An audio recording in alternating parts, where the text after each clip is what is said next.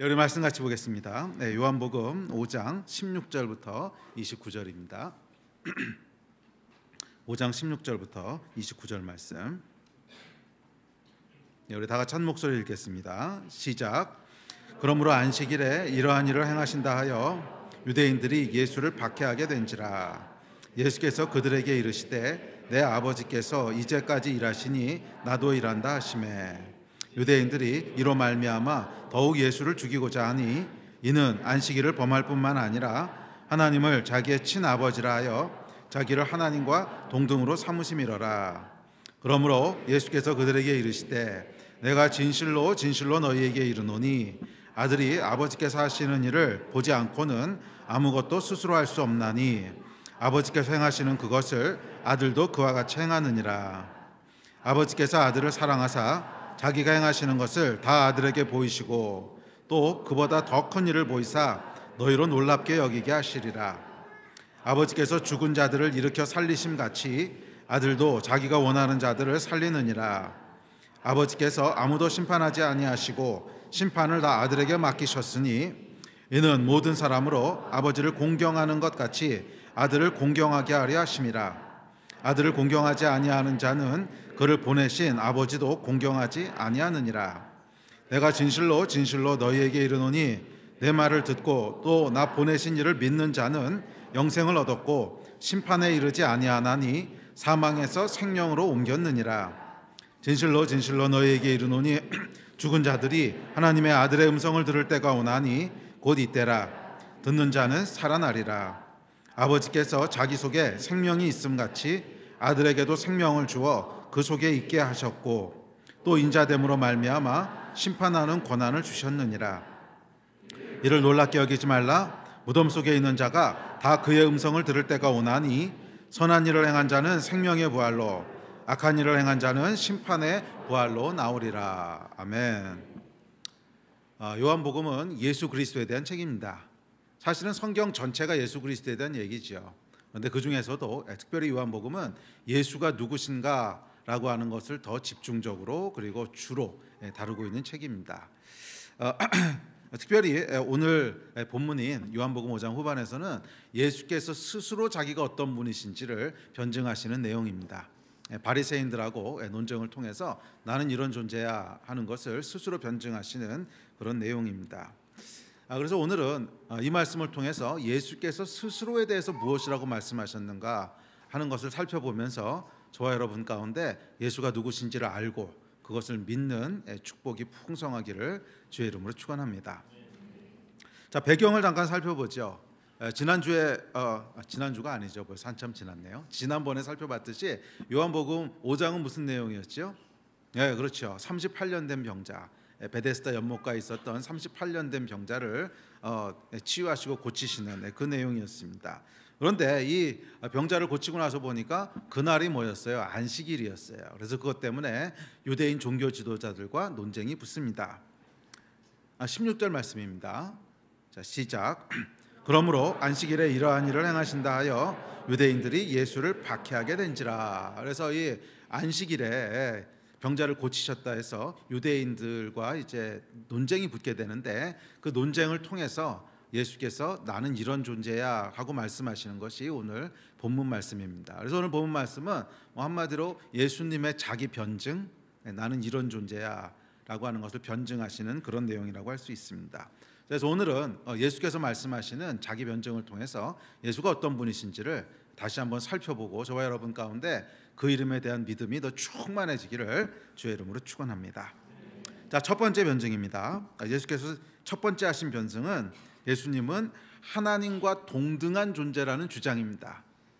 예수님은 하나님과 동등하신 분이라고 하는 것을 주장하셨습니다. 17절입니다.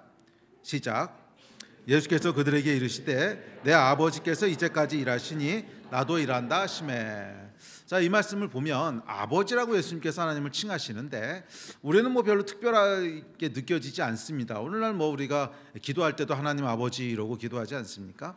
그래서 하나님을 아버지라고 부르는 게 우리한테는 별로 그렇게 특별한 일은 아닙니다. 그런데 당시 유대 상황에서는 아무도 하나님을 아버지라고 부르지 않았어요. 그러니까 이 말씀 자체가 굉장히 좀 당황스러운 말씀입니다. 당황스러운 말씀입니다. 예, 그래서 지금 우리는 신약 시대를 살고 있고 또 예수께서 우리에게 기도를 가르쳐 주실 때 하나님을 아버지라고 가르쳐 주셨기 때문에 당연히 우리는 하나님을 아버지라고 부르고 그렇게 기도합니다. 그래서 익숙한 표현인데 당시 유대 사회에서는 전혀 익숙한 표현이 아니었어요. 예, 그리고 그 당시 유대인들에게는 아버지와 아들은 같은 존재라고 하는 그런 이제 인식이 있었습니다. 그건 지금도 마찬가지인데 그렇죠. 아버지가 사람이면 아들도 사람이고, 아버지가 소면 아들도 소고, 아버지가 개면 아들도 개지요. 그러니까 무슨 말이냐면 아버지와 아들이라고 하는 건 동등하고 같은 존재다, 이런 이제 의미가 있습니다.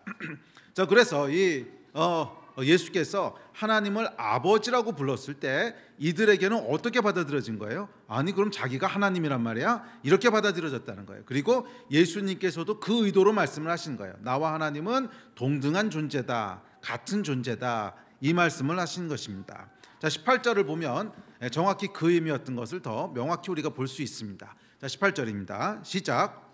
유대인들의 이로 말미암아 더욱 예수를 죽이고자 하니 이는 안식일을 범할 뿐만 아니라 하나님을 자기의 친아버지라 하여 자기를 하나님과 동등으로 삼으심이로라.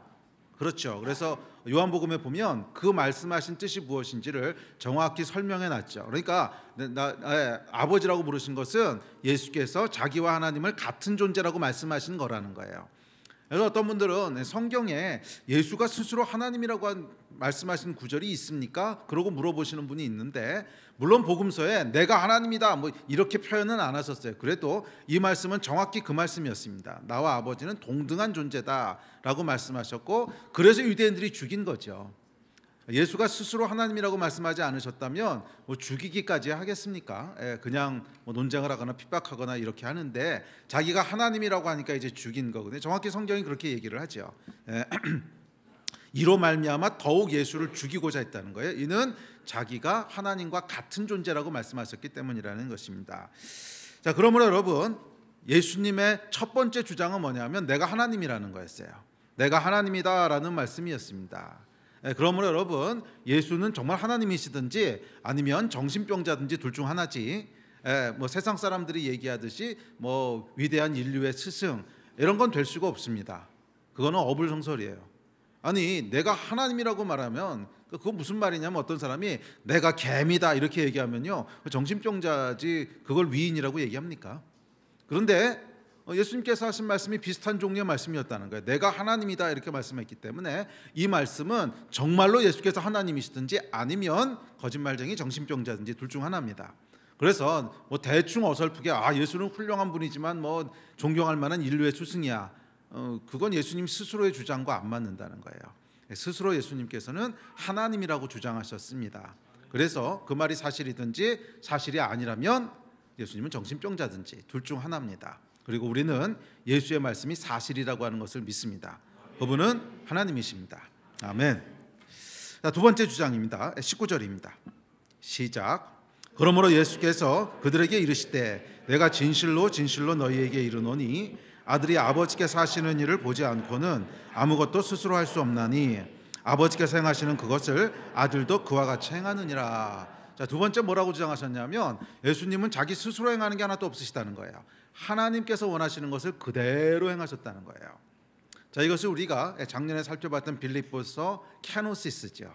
그러니까 예수께서는 하나님과 동등한 존재세요. 나는 하나님이다 이렇게 말씀하셨단 말이에요. 하나님과 동등한 존재신데 동등됨을 취하지 않으시고 뭐 하신 거예요? 자기의 뜻을 다 비우시고 하나님의 뜻으로 가득 채우셔서 하나님께서 원하시는 일만 행하셨다는 것입니다. 자, 이것이 빌립보서에서 얘기하는 말씀이죠. 자, 그리고 성경은 뭐라 그러냐면 모든 하나님의 백성들도 이렇게 행하라 그랬어요. 이 마음을 가지라고 권합니다. 우리 성경 구절 같이 한번 볼까요? 자, 다음 구절입니다. 시작.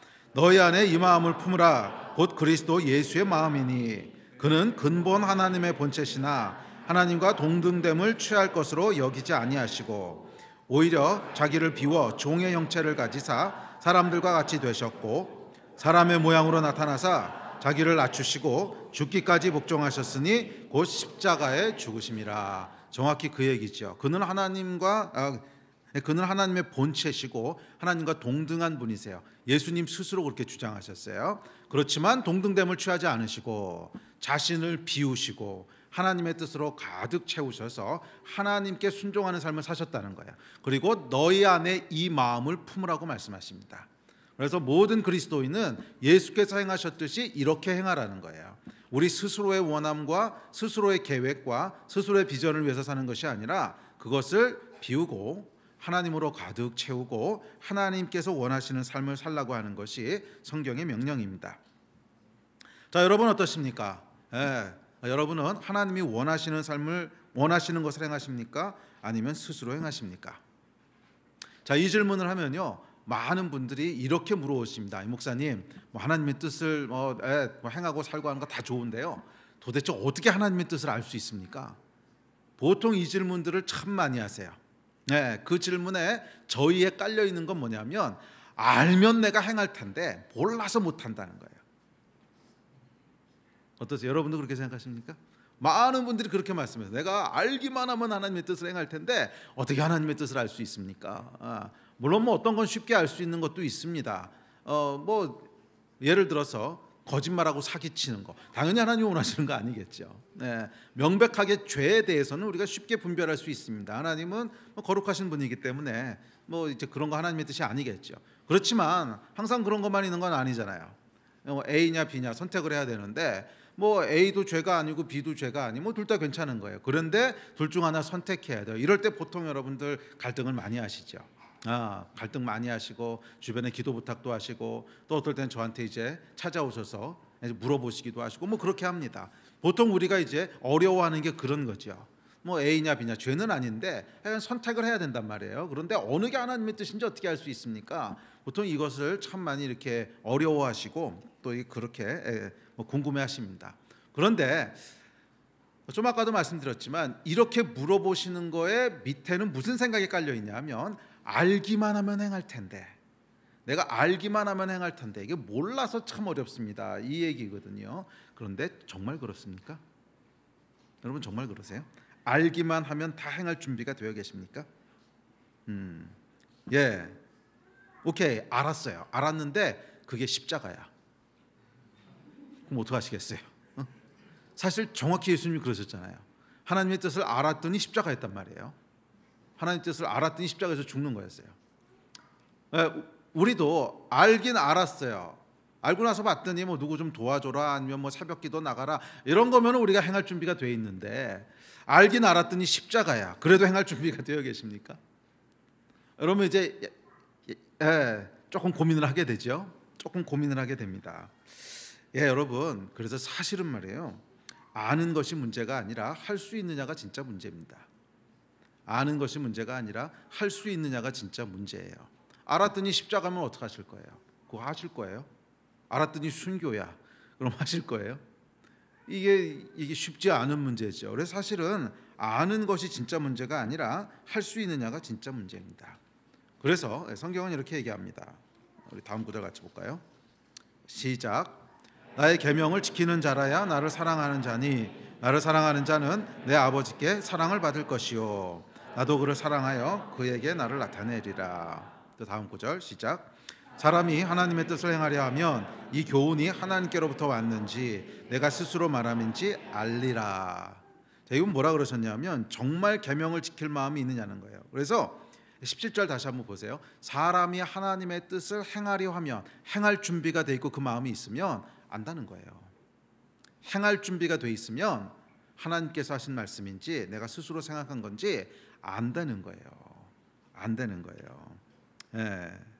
그 사람들은 자꾸 어떻게 집착합니다. 어떻게 할 수 있습니까? 어떻게 하나님의 뜻을 분별할 수 있습니까? 어떻게 집착하는데 성경은 다르게 말합니다. 어떻게? 별로 중요하지 않다는 거예요. 어떻게? 별로 중요하지 않다는 거예요. 정말 중요한 것은 할 마음이 있느냐는 거예요. 진짜로 순종할 마음이 있느냐는 거예요. 정말 하나님의 뜻을 행할 마음이 있으면 하나님께서는 어떻게든지 알게 하세요. 어떻게든지. 17절 계속 띄워놔 주세요. 어떻게든지 알게 하세요. 사람이 하나님의 뜻을 행하려 하면 이 교훈이 하나님께로부터 왔는지 스스로 말함인지 어떻게든지 안 되는 거예요. 사실 방법은요, 하나님께 속한 것입니다. 천지를 창조하신 하나님이시기 때문에 천지의 모든 방법을 다 이용하실 수 있는 권한이 있으세요. 그래서 어떻게 그건 하나님이 결정하시는 거예요. 그걸 뭐 우리가 궁금해할 필요는 없어요. 많은 사람들이 오히려 궁금해하지 않아야 될 걸 궁금해합니다. 어떻게 하나님의 뜻을 알 수 있습니까? 하나님이 알아서 알려주시는 거예요. 그거는 궁금해할 필요도 없고 우리가 선택할 수 있는 것도 아니에요. 하나님께서 그냥 알아서 선택해서 알려주세요. 필요하면 뭐 사람을 통해서 말씀해 주시기도 하시고, 뭐 기도하다 감동을 주시기도 하시고, 성경을 깨닫게도 하시고, 뭐 이도저도 아니면은 나귀를 통해서도 말씀하시잖아요. 뭐 그 얘기 뭐냐면 정 필요하다면 여러분 집에서 키우는 반려견이 왕왕 그러면서 갑자기 얘기한다. 아니 성경에 나와 있는 거잖아. 뭐 제 얘기가 아니라. 그러니까 하여간 하나님은 전능하신 분이시기 때문에 하시지 못할 일이 없어요. 창조하신 모든 만물을 사용하셔서 무슨 방법이든지 다 쓰실 수 있으세요. 그러니까 어떻게는 우리가 궁금해할 필요가 없는 거예요. 그럼 뭐예요? 우리의 마음. 우리 마음은 하나님의 뜻을 행할 준비가 됐는가? 이게 진짜 포인트입니다. 이게 진짜. 그러면 어떻게든지 알리신다는 거예요. 지난 15년 이상 제가 가장 많이 했던 기도, 그리고 지금도 가장 많이 하고 있는 기도는 뭐냐면 이것입니다. 주님, 제가 무엇을 하기 원하십니까? 말씀만 하십시오. 순종하겠습니다. 정말 15년 동안에요, 기도하러 딱 앉으면 항상 이 기도를 시키셨어요. 항상 이 기도를 시키셨어요. 하나님 뭘 하기 원하십니까? 하나님 제가 뭘 하기 원하십니까? 말씀만 하십시오. 종이 순종하겠습니다. 정말 가장 많이 했던 기도고 지금도 가장 많이 하는 기도입니다. 그런데 이렇게 기도하면은 나의 착하고 충성된 종아 지금부터 들어라 뭐 이렇게 말씀하시면 참 좋은데 그런 거 없어요. 뭐 저는 그런 은사가 없어가지고서 기도 아무리 열심히 해도 그냥 조용하고요. 기도 아무리 열심히 해도 깜깜합니다.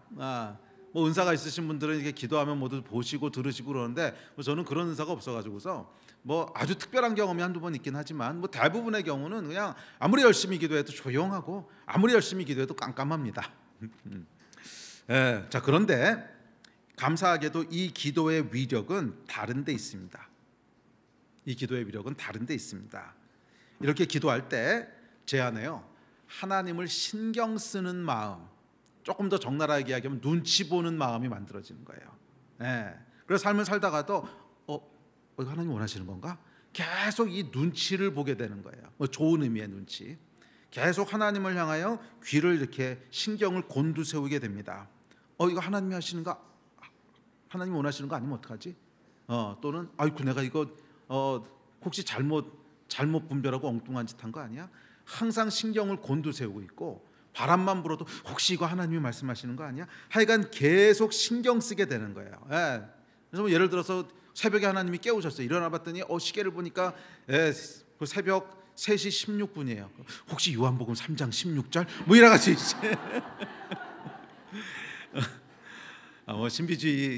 신비주의적으로 믿으라는 게 아니고 하여간 그렇게 하나님을 신경 쓴다는 거예요. 혹시 이거 통해서 왜 모든 방법으로 말씀하실 수 있으니까 혹시 나를 깨우신 이유가 뭐 이래가지고 이제 계속 하나님께서 뭐라고 말씀하시지 거기에 신경을 곤두세우고 있는 거예요.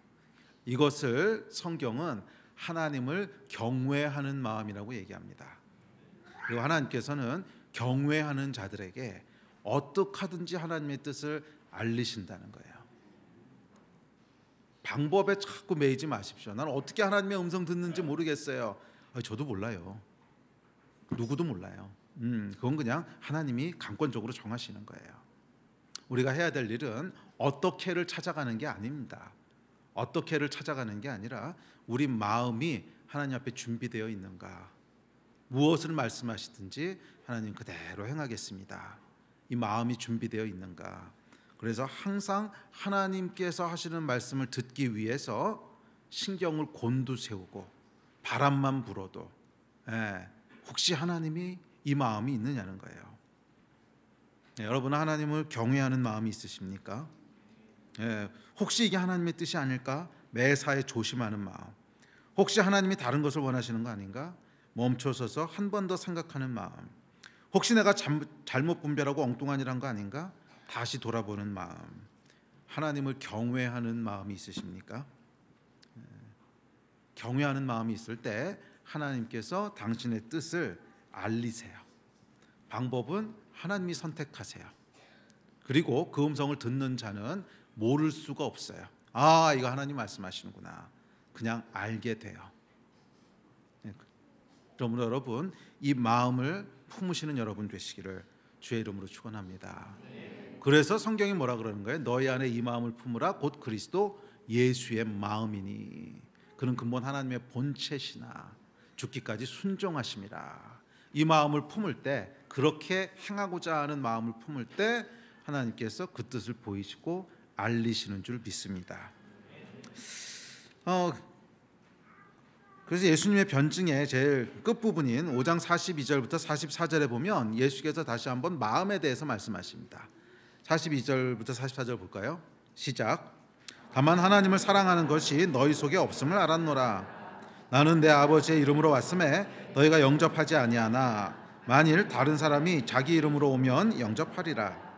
너희가 서로 영광을 취하고 유일하신 하나님께로부터 오는 영광을 구하지 아니하니 어찌 나를 믿을 수 있느냐.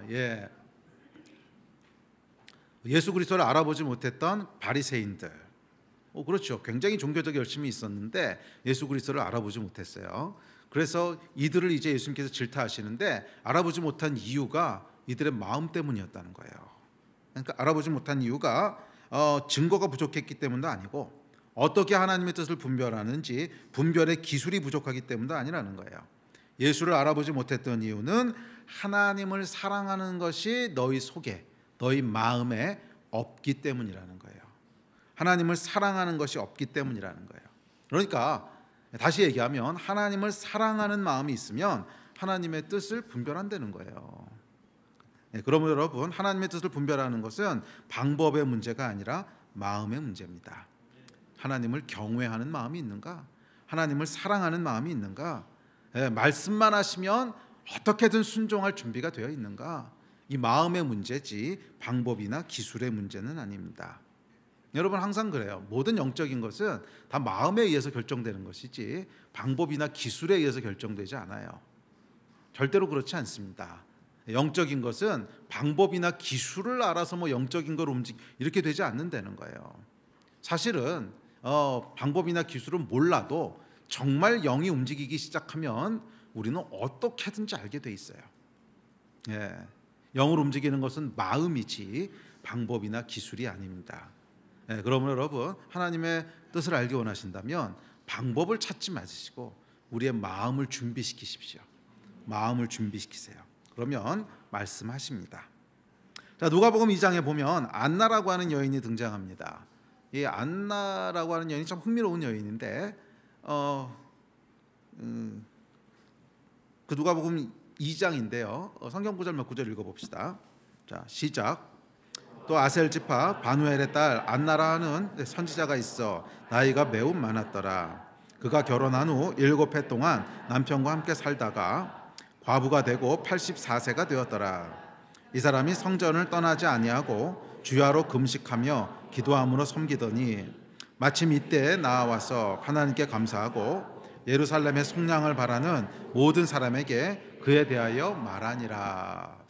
안나라고 하는 사람이 등장하는데 이 여인은 결혼한 지 7년 만에 남편이 죽고요. 과부가 돼서 84세가 될 때까지 성전을 떠나지 않고 기도합니다. 그러니까 이 당시는 결혼을 이렇게 빨리 하는 때였거든요. 그래서 마리아 같은 경우도 15살에 결혼을 하죠. 그러니까 아마 10대 때 분명히 결혼을 했을 텐데 그러면은 과부가 된 게 20대 그리고 84세 거의 한 60년 이상을 이제 성전에서 기도하면서 지낸 거죠. 근데 사실 헬라어 표현을 보면 84세까지인지 84년을 그렇게 한 건지 사실은 조금 애매해요. 그래서 신학자들 중에는 과부가 되고 나서 84년을 기도했다 이렇게 해석하기도 하는데 그럼 중요한 건 아닙니다. 하여간 굉장히 긴 시간 동안 그러고 있었다는 거예요. 적어도 60년 넘는 시간을 성전을 떠나지 않고 한결같이 거기서 이제 기도하면서 보냅니다. 자, 그런데 흥미로운 건 뭐냐면 이 안나에 대한 기록이 딱 여기 한 번밖에 안 나온다는 거예요. 딱 한 번밖에 안 나와요. 그러니까 이 여인이 대단한 일을 했던 사람은 아니었던 것 같아요. 만약 이 여인이 그 60년 이상을 기도하면서 침례 요한 같이 큰 어떤 사역을 했다든지 기적을 일으켰다든지 예언을 했다든지 그러면 이제 다른 데도 기록돼 있었을 거 아니에요. 그런데 기록이 전혀 없습니다. 그 얘기는 뭐냐면 이 여인의 평생 사역 동안에 기록할 만한 대단한 일은 일어난 적이 없었다는 거예요. 딱 한 번. 요거 딱 한 번이 이 여인이 했던 가장 중요한 사역이었다는 거예요. 이제 그럼에도 불구하고 이 안나는 성전을 떠나지 않고 한결같이 성전을 지킵니다. 60년. 네. 만약에 여러분 이 안나가 방법을 찾는 사람이었다면 어땠을까요? 방법을 찾는 사람이었다면 아마 분명히 이랬을 거예요. 한 10년 정도 기도했는데 아무 일도 안 일어나, 기적도 안 일어나고 뭐 말씀도 안 임하고, 그러면 성전이 아니라 산인가? 뭐 그러지 않았겠어요? 성전에서 10년을 매일같이 기도했는데 아무 일도 안 일어나요. 성전이 아니고 산에 가서 해야 되나? 뭐 산으로 옮기지 않았겠습니까? 또 산에서 한 10년 했어요. 그런데 아무 일도 안 일어나요. 뭐 기적도 안 일어나고 능력도 안 나타나고 뭐 아무것도 안 나타나요. 그러면 여러분, 뭐 사람이 하나님의 음성을 듣는 게 가능한 거야? 이러고 때려치지 않았겠어요? 20년 했는데 뭐 아무것도 안 일어났어요. 아무 응답도 없어요. 기적도 없어요. 그러면 여러분, 방법을 찾는 사람이었다면 아마 뭐 정말 성전에 있다가 산에 갔다가 뭐 어디 갔다 광야로 갔다 뭐 이러다가 뭐 그래도 아무 일도 안 일어나면 분명히 시험 들어 떠났을 겁니다. 그런데 안나는 그렇지 않아요.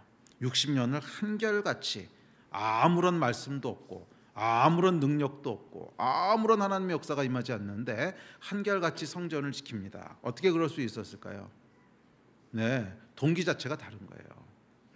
동기 자체가, 안나는 방법을 찾는 사람이 아니에요. 그러면 하나님을 사랑하는 사람이에요. 그래서 성전이 어떤 곳입니까? 하나님이 계신 곳이잖아요. 뭐 구약 시대 때는 다 그렇게 믿었잖아요. 하나님의 임재가 있는 곳, 하나님이 계신 곳. 사랑하기 때문에 하나님 앞에 그냥 머무는 거예요. 10년, 20년, 30년, 40년, 50년, 60년 아무 일도 안 일어나도 상관없어요. 그 마음의 동기 자체가 달라요.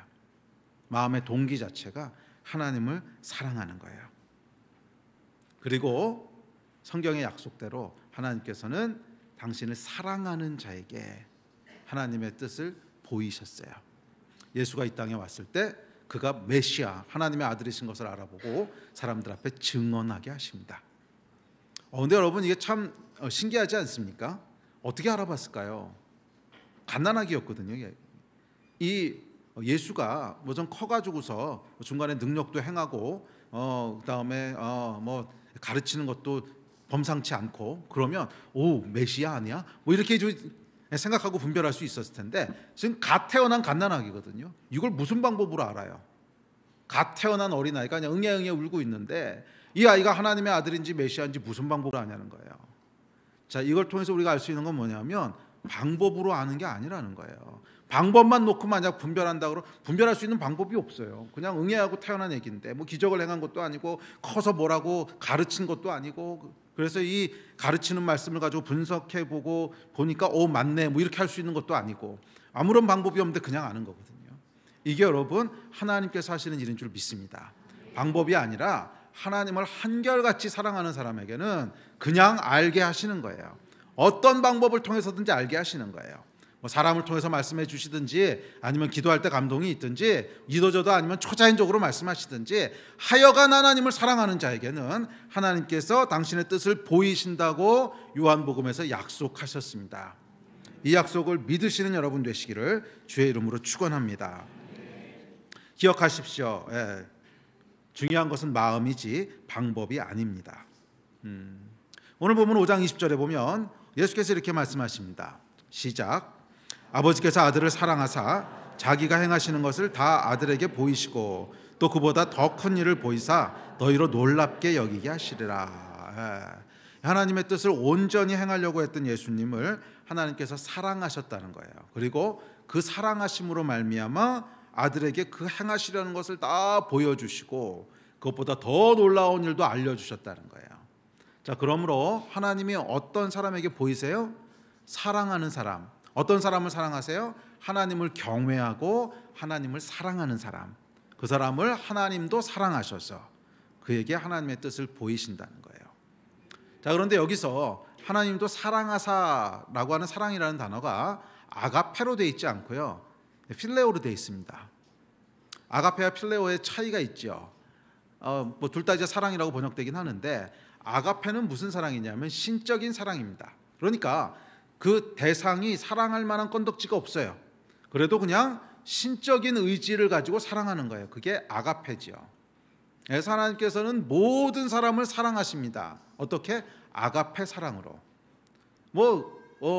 모든 사람이 다 사랑스럽겠어요? 아니잖아요. 그 중에 보면은 이 하나님 저주하는 사람도 있고, 사탄 숭배하는 사람도 있고, 별의별 사람이 다 있는데, 그거 어떻게 하나님 사랑하시겠어요? 전혀 사랑스러움은 없어요, 이 사람한테. 그래도 하나님 스스로의 의지로 사랑하시는 게 아가페예요. 그런 의미로 저와 여러분을 다 하나님께서 아가페로 사랑하십니다. 그런데 그 사랑과 필레오로 사랑하시는 건 좀 다르다는 거예요. 그러니까 필레오로 사랑하는 것은 우리말로 굳이 번역하자면 좋아하시는 거예요. 좋아하시는 거. 그 차이를 좀 아시겠어요? 사랑은 이제 의지적으로 헌신해서 사랑하는 거지만 좋아하는 건 내 감정이 따라오는 거거든요. 예. 그 하나님께서 아가페하는 사람이 있고 필레오하는 사람이 있어요. 아가페는 모든 사람을 아가페하십니다. 그런데 필레오하는 사람은 좀 달라요. 예를 들어서 다윗, 이는 내 마음에 합한 자라. 예? 내가 저로 말미암아 기쁘도다. 이 하나님이 막 기뻐하시는 게 있다는 거예요. 예? 예수님도 그런 사람이었고, 그런 존재였고, 다윗도 그런 존재였고, 저는 여러분들이 아가페의 존재가 아니라 필레오 받는 사람들이 되었으면 좋겠어요. 예. 그래서 하나님이 여러분 보고 있으면 막 너무 기쁜 거예요. 와, 내가 너로 인해서 너무 기쁘다. 내가 너 때문에 너무 기쁘다. 이런 사람들이 되시기를 축복합니다. 그 사람에게 하나님 뭐 하신다는 거예요? 자기가 행하시는 것을 다 보이시고 그보다 더 큰 일을 보이신다는 거예요. 누구에게? 필레오하는 사람에게. 누구를 필레오하신다고요? 하나님을 경외하는 사람, 하나님을 사랑하는 사람, 예수 그리스도처럼, 안나처럼 그 사람에게 하나님께서 필레오하셔서 그 마음이 너무 기쁘셔서 그 뜻을 다 보이신다는 거예요. 하나님의 필레오를 받으신 여러분이 되시기를 주의 이름으로 축복합니다. 그래서 하나님께서 여러분을 이렇게 보실 때 막 이렇게 사랑해 이러시는 것이 아니라 여러분을 보고 계시기만 해도 막 너무 흐뭇하고 너무 감격이 되고 그런 존재들이 되셔야 되지 않겠어요? 그런 존재들이 되셔야 되지 않겠어요? 내가 너만 보고 있으면 마음이 막 흡족하다. 아멘. 그런 사람에게는 하나님이 보이신다는 거예요. 그게 약속이에요. 방법이 아닙니다. 방법이 절대 아니에요. 절대 방법이 아니에요. 우리의 마음, 우리가 하나님 앞에 어떤 마음을 가지고 있는가, 그 일을 통해서 하나님께서 그 뜻을 나타내시고 우리를 필레오 하시는 줄 믿습니다. 아멘. 자, 마지막 세 번째 변증입니다. 21절입니다. 시작. 아버지께서 죽은 자들을 일으켜 살리심 같이 아들도 자기가 원하는 자들을 살리느니라. 아버지께서 자기 속에 생명이 있음 같이 아들에게도 생명을 주어 그 속에 있게 하셨고. 자, 예수께서는 그 안에 생명이 있으시다는 거예요. 아버지께서 생명이 있은 것처럼 아들인 예수에게도 생명이 있습니다. 자, 이 생명이 무엇인지는 오늘 다 살펴볼 수는 없는데요. 하여간 영혼육의 모든 생명이 예수께 있습니다. 우리 육체의 생명도 예수께 있습니다. 그래서 우리의 육체의 질병을 낫게 하는 생명도 예수께 있고요. 또 우리가 마지막 날 부활하게 되는 생명도 예수께 있습니다. 뿐만 아니라 영의 생명도 예수께 있어요. 그래서 예수께서 우리에게 영의 생명을 주실 때 우리가 성령으로 충만하게 되고 영이 막 살아나고 이런 역사가 일어나게 되고, 또 우리 혼의 생명도 예수께 있습니다. 그래서 낙심하고 우울하고 했던 우리의 마음이 기쁨과 소망으로 가득하게 되고, 이 생명이 다 예수께로부터 온다는 거예요. 자, 그런데 생명만 예수께 있는 것이 아니라 심판도 예수께 있다고 얘기합니다. 우리 다음 구절 한번 볼까요? 시작. 아버지께서 아무도 심판하지 아니하시고 심판을 다 아들에게 맡기셨으니 이는 모든 사람으로 아버지를 공경하는 것 같이 아들을 공경하게 하려 하심이라. 아들을 공경하지 아니하는 자는 그를 보내신 아버지도 공경하지 아니하느니라. 내가 진실로 진실로 너희에게 이르노니 내 말을 듣고 또 나 보내신 이를 믿는 자는 영생을 얻었고 심판에 이르지 아니하나니 사망에서 생명으로 옮겼느니라. 생명만 예수께 있는 것이 아니라 이 심판의 모든 권세도 하나님께서 아들 예수께 위임하셨다는 것입니다. 자, 아들에게는 뭐예요? 생명도 있고 심판도 있습니다. 그러니까 이 생명과 심판의 기준이 누구라는 거예요? 예수 그리스도시라는 거예요. 생명과 심판의 기준이 예수 그리스도시라는 거예요. 우리 모두에게는 피할 수 없는 운명이 있습니다. 피할 수 없는 운명은 이 땅에서의 시간을 다 마치고 나면 하나님의 심판대 앞에 서야 된다는 것입니다. 한 사람도 예외 없습니다. 저와 여러분은 이 땅에서의 시간이 다 끝나면요, 하나님의 심판대 앞에 서서 우리가 살았던 삶에 대한 시간들을 정산하게 됩니다. 두려워하십시오. 준비하셔야 됩니다. 그래서 어쩌면 이 목회자의 역할은 그때를 준비시키는 것이 아니겠습니까? 그 심판대 앞에 서서 뭐라고 말해야 되는가? 준비시켜야 되는 거예요. 자, 심판대 앞에 서면 뭐라고 말씀하실까요? 너 6월 29일 날 금요예배 빠졌지, 뭐 이런 거 말씀하시겠어요? 아니면 너 누구한테 거짓말하고 사기쳤지, 뭐 이런 말씀하실까요? 이런 거 물어보지 않으신다는 거예요. 심판의 기준이 뭐라는 거예요? 24절 다시 한번 읽어볼까요?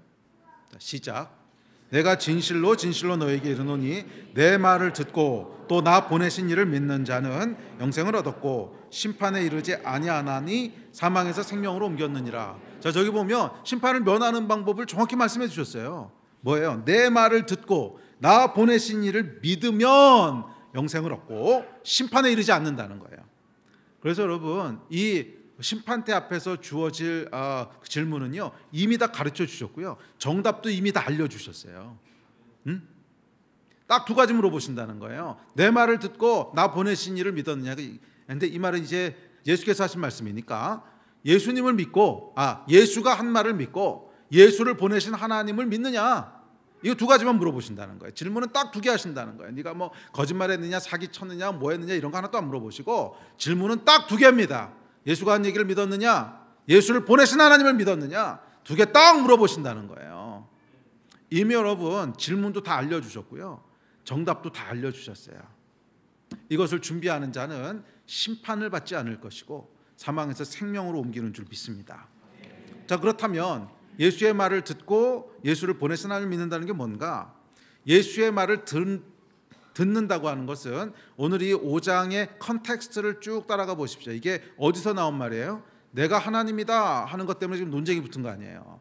그렇게 하면서 나왔던 얘기입니다. 그러니까 내 말을 듣고라고 하는 건 뭐예요? 예수가 하나님이시라고 하는 말을 들었다는 거예요. 예수가 하나님이시라고 하는 것이 지금 내 말이라고 하는 것의 컨텍스트를 따라가 보면 그 의미입니다. 그다음에 두 번째, 예수를 보내신 하나님은 뭐예요? 우리를 구원하시기 위해서 그 아들을 보내신 거죠. 그러니까 십자가에서 우리를 구원하시는 거, 이거 믿느냐는 거예요. 그러니까 딱 두 가지 물어보시는데, 예수가 하나님이신 것을 믿느냐, 그 예수가 십자가에서 너희를 구원한 걸 믿느냐, 이 두 개만 물어본다는 거예요. 뭐 언제 도둑질했느냐, 뭐 했느냐, 이런 것은 십자가에서 이미 다 끝내셨어요. 할렐루야. 저와 여러분의 모든 추악한 죄는 십자가에서 다 끝내셔서 기억도 하지 않으신다 그랬어요. 기억도 하지 않으시는 걸 물어보시겠어요? 그거 안 물어보신다는 거예요. 뭐 사기 쳤느냐, 뭐였냐, 하나도 안 물어보세요. 딱 두 가지 물어보세요. 예수가 하나님이신 거 믿느냐, 그 예수가 십자가에서 너의 죄를 사한 것을 믿느냐, 이 두 개 물어본다는 거예요. 그리고 그것을 아멘으로 믿는 자에게는 심판이 없다는 거예요. 사망에서 생명으로 옮기게 되는 줄로 믿습니다. 24절 다시 한번 읽을까요? 자, 시작. 내가 진실로 진실로 너희에게 이르노니 내 말을 듣고 또 나 보내신 이를 믿는 자는 영생을 얻었고 심판에 이르지 아니하나니 사망에서 생명으로 옮겼느니라. 아멘. 다음 절로 25절도 읽읍시다. 25절 자, 시작. 진실로 진실로 너희에게 이르노니 죽은 자들이 하나님의 아들의 음성을 들을 때가 오나니 곧 이때라. 듣는 자는 살아나리라. 아멘. 자, 이 예수께서 말씀을 하시는데 이 말씀을 들어야 할 때가 온다는 거예요. 그런데 그때가 언제라는 거예요? 그때가 오나니 곧 이때라. 지금이라는 거예요. 지금. 이때라가 영어 성경에 보면 물론 now라고 돼 있고요, 헬라어 원어를 봐도 지금이란 뜻입니다. 곧 지금이라, 이게 정확한 번역입니다. 그러니까 예수께서 뭔가 말씀을 하셨는데 그 말씀을 들어야 되는 건 지금이라는 거예요. 참 신기한 거는 예수님의 말씀, 또 성경 말씀의 시제는요 항상 현재입니다. 생명도 현재고 심판도 현재고 사망도 현재고 부활도 현재고, 참 신기해요. 성경 말씀은 분명히 수천 년 전에 기록된 말씀인데 그 말씀을 읽을 때 여러분 현재형으로 들리지 않습니까? 나를 향한 하나님의 말씀으로 들리지 않으세요? 왜냐하면 하나님 살아계셔서 그래요. 성령께서 역사하시기 때문에 그래요. 항상 현재입니다.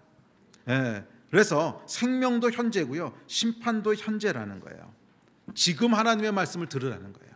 지금 하나님께서 말씀하신 내가 하나님이고 나를 통해서 모든 죄가 사함을 받았고, 이 얘기를 지금 듣는 자는 지금 사망에서 생명으로 옮긴다는 거예요.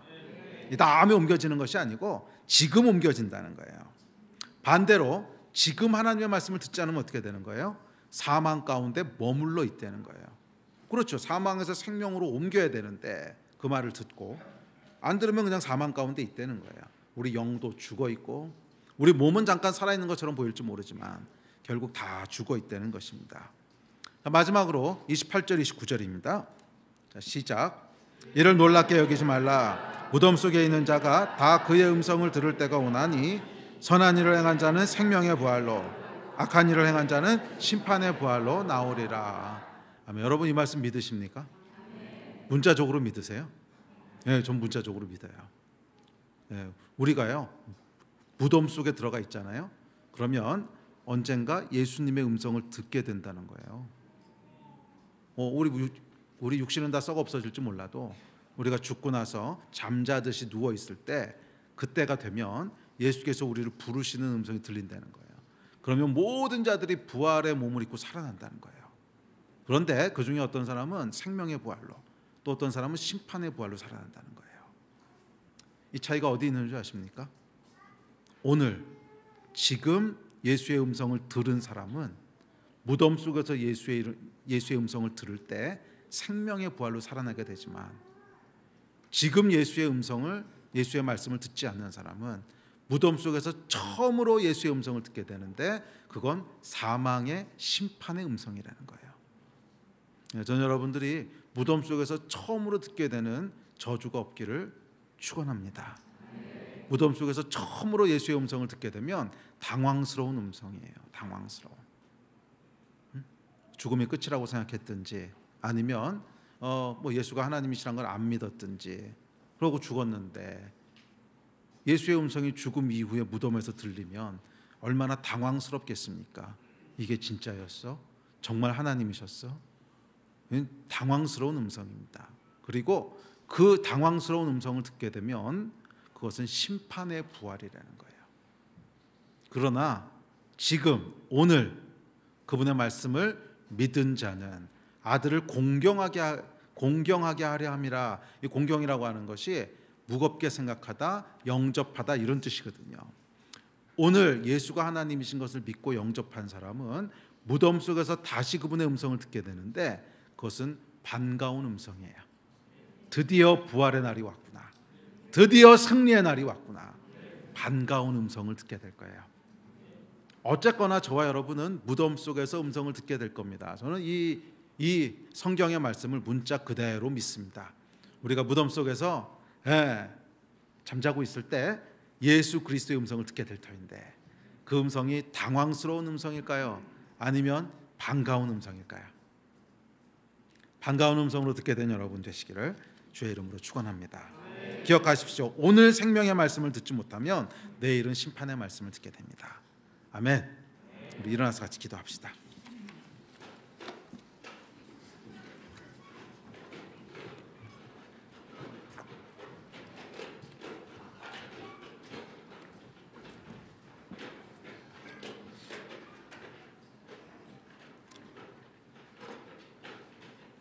우리가 어떻게 하나님의 음성을 듣습니까? 그것은 방법이 아닙니다. 우리의 마음입니다.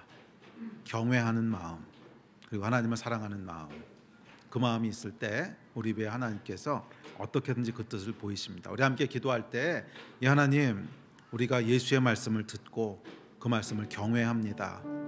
주님을 사랑합니다. 무엇인지 말씀하십시오. 제가 그대로 순종하겠습니다.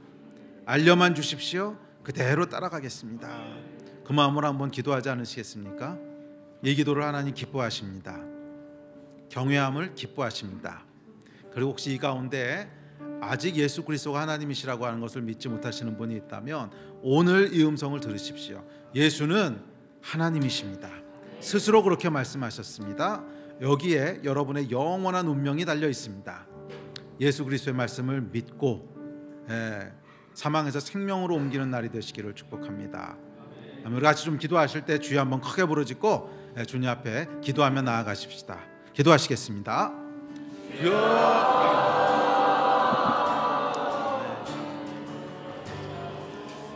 오늘 이 시간에 다시 한번 기도하며 주님 앞에 나아갑니다. 우리 안에 하나님을 참석하여 주시고 아버지의 말씀을 보게 하여 주시고 예수가 누구신지를 밝히 보는 은혜의 역사가 있게 하여 주시옵소서. 주님, 이것 가운데 아직 구원받지 못한 영혼이 있습니까?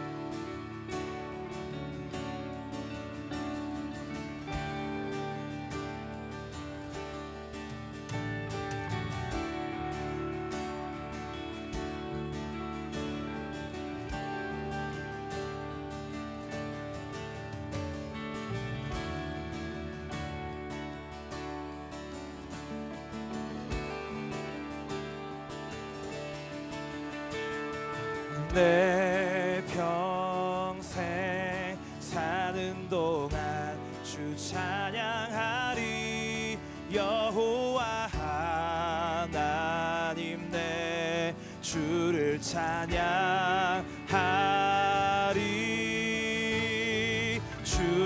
주님을 묵상함이 즐겁도다.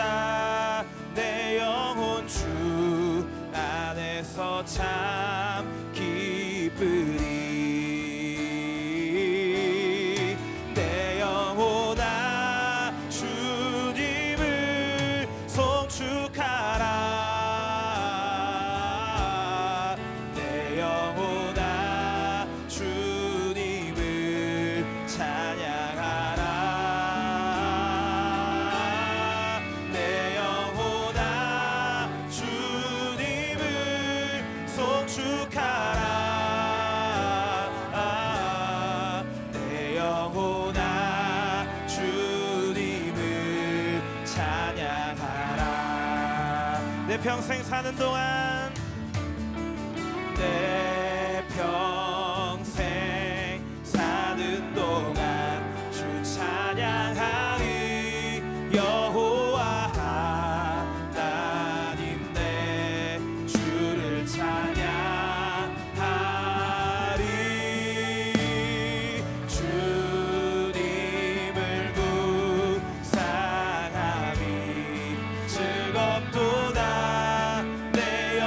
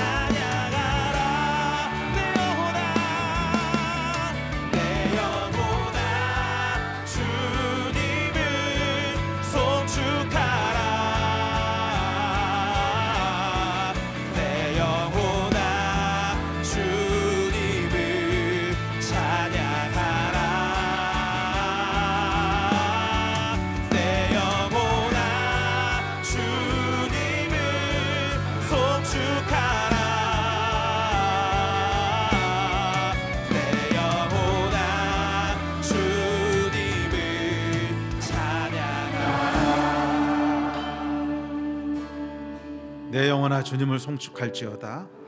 내 영혼아 주님을 찬양할지어다. 하나님, 우리가 하나님을 경외하며 또 하나님을 사랑하며 또 하나님을 예배합니다. 주의 사랑받는 자녀들이 되게 하시고 단순히 아가페의 사랑이 아니라 주님께서 기뻐하시며 즐거워하시는 필레오의 사랑을 받는 그런 주님의 자녀들 다 되게 하여 주십시오. 주께서 사랑하는 자에게 그 행하실 것을 나타내신다 하였사오니 주님, 사랑하는 주의 자녀들에게 모든 하나님의 계획들을 다 나타내 주셔서 주와 동행하며 주님을 경험하며 또 하나님의 뜻을 행하며 살아가는 복된 성도님들 다 되게 하여 주시옵소서. 감사합니다. 주 예수 그리스도의 이름으로 기도했습니다. 아멘. 아멘.